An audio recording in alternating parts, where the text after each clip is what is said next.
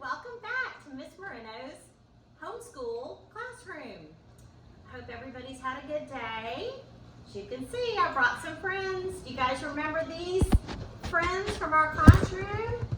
Remember this one's name? This is Thomas. And here is Tallulah. We also call her Lulu or Tula.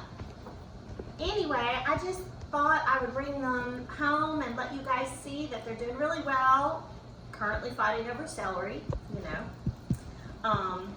But I check on them and make sure that they've got enough to eat and drink, and I change their cage. So they're doing well, but they miss you. Every time I come to the classroom, they make loud tweeting noises, and so I know that they miss all the fun and the excitement of being in the class every day, everything that we used to do together. So anyway, I just thought you'd want to see them before we got started with our story today. So, all right, say goodbye. Bye, guys.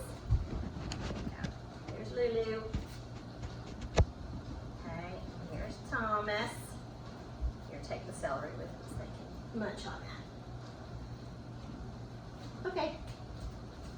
Okay. So the other thing that I wanted to do before we read is I want to do something called Miss Moreno Loves, okay? And you know that I love all of you. And what I thought I would do is go by our class list, and every day I'm going to go down our class list and I'm going to say who I'm thinking about today and say why I love them and why I'm grateful for them. And you can think about that person too and maybe send them some love and some happy thoughts. So we all know our class numbers, so we're going to go with that system that we have. We all know number 1 is Clay. So Miss Moreno loves Clay. And one of the reasons why I love Clay is because he is so creative and he comes up with great stories. Before, you know, we had to go to homeschool, Clay was working on a story with some of his friends about the annoying orange, and he was so excited about that, they all were. I just love Clay's enthusiasm for learning and his creative ideas. So today, Miss Moreno loves Clay. All right. Now, where's my book? Where's my book? Yep, here it is. Okay, so now we are on chapter 10. Okay, so if you remember yesterday, somebody got into some trouble. You remember who it was? You said Stuart. You're right.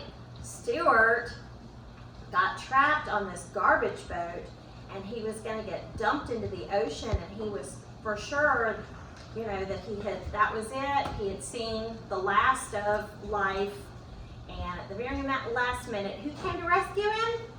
Margalo came, and so everybody was happy. So that was chapter 9.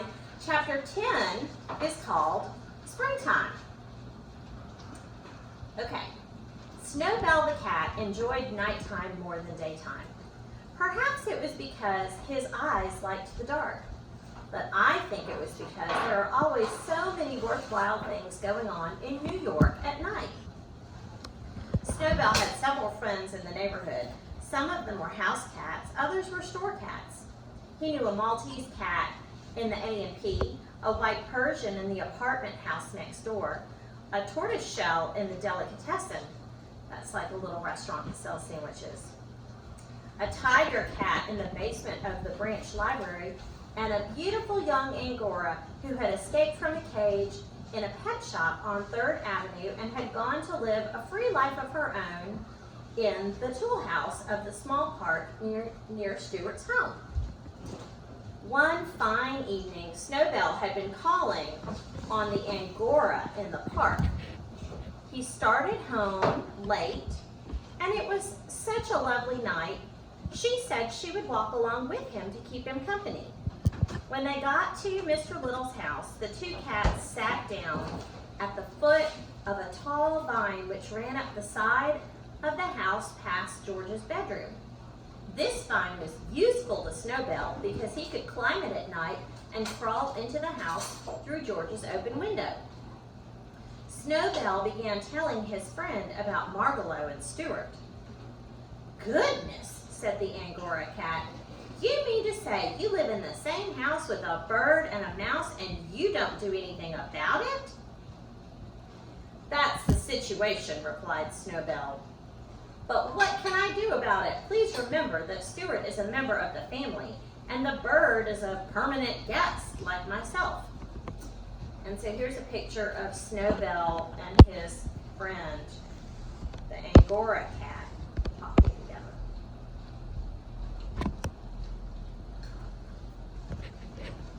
"Well," said Snowbell's friend, "all I can say is you've got more self-control than I have." And why are they saying that, boys and girls? Because we know that cats are predators of mice and birds, right? "Doubtless," said Snowbell. "However, I sometimes think I've got too much self-control for my own good. I've been terribly nervous and upset lately, and I think it's because I'm always holding myself in." The cats' voices grew louder, and they talked so loudly that they never heard a slight rustling in the vine a few feet above their heads. It was a gray pigeon who had been asleep there and who had awakened at the sound of cats and begun to listen. "This sounds like an interesting conversation," said the pigeon to himself. "Maybe I better stay around and see if I can learn something." "Look here," he heard the Angora cat say to Snowbell. "I admit that a cat has a duty toward her own people, and that under the circumstances it would be wrong for you to eat Margalo. But I'm not a member of your family, and there is nothing to stop me from eating her, is there?" "Nothing that I can think of offhand," said Snowbell. "Then here I go," said the Angora, starting up the vine. The pigeon was wide awake by this time, ready to fly away, but the voices down below continued. "Wait a minute," said Snowbell. "Don't be in such a hurry. I don't think you'd better go in there tonight." "Why not?" asked the other cat. "Well, for one thing, you're not supposed to enter our house. It's unlawful entry and you might get into trouble." "I won't get into any trouble," said the Angora. "Please wait till tomorrow night," said Snowbell firmly. "Mr. and Mrs. Little will be going out tomorrow night and you won't be taking such a risk. It's for your own good I'm suggesting this." "Oh, all right," agreed the Angora. "I guess I can wait. But tell me where I'll find the bird after I do get in." "Oh, that's simple," said Snowbell. "Climb this vine, enter George's room through the open window, then go downstairs and you'll find the bird asleep in the Boston fern on the bookcase." "Easy enough," said the Angora, licking her chops. "I'm obliged to you, sir." "Well, the old thing," whispered the pigeon to himself, and he flew away quickly to find a piece of writing paper and pencil. Snowbell said goodnight to his friend and climbed the vine and went into bed. Next morning, Margalo found a note on the branch of her fern when she woke. It said, "Beware of a strange cat who will come by night." She kept the note. It says it was signed a well-wisher. She kept the note under her wing all day long, wondering what she had better do, but she didn't dare show it to anyone, not even Stuart.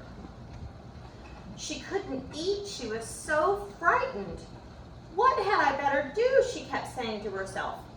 Finally, just before dark, she hopped up to an open window and without saying anything to anybody, she flew away. It was springtime and she flew north just as fast as she could fly because something inside her told her that north was the way for a bird to go when spring comes to the land. And here is a little picture of the pigeon writing a note. Can you see it? All right, let's keep going. Oh, guess what? That's the end of the chapter. the next chapter is chapter 11, the automobile. So, put our bookmarker in place and let's think for just a second. Oh my gosh, so poor Margalo is in trouble and she's in danger. What do you think's going to happen tomorrow? I want you to talk to your parents about that tonight. I want you to tell them what happened in chapter 10, and I want you to tell them what you think is going to happen, and if Margalo is going to be safe or not. And you hear the guinea pigs are over there playing. So, okay, well that's all for now. I hope everybody picked up their packets from school and that you're started working on that.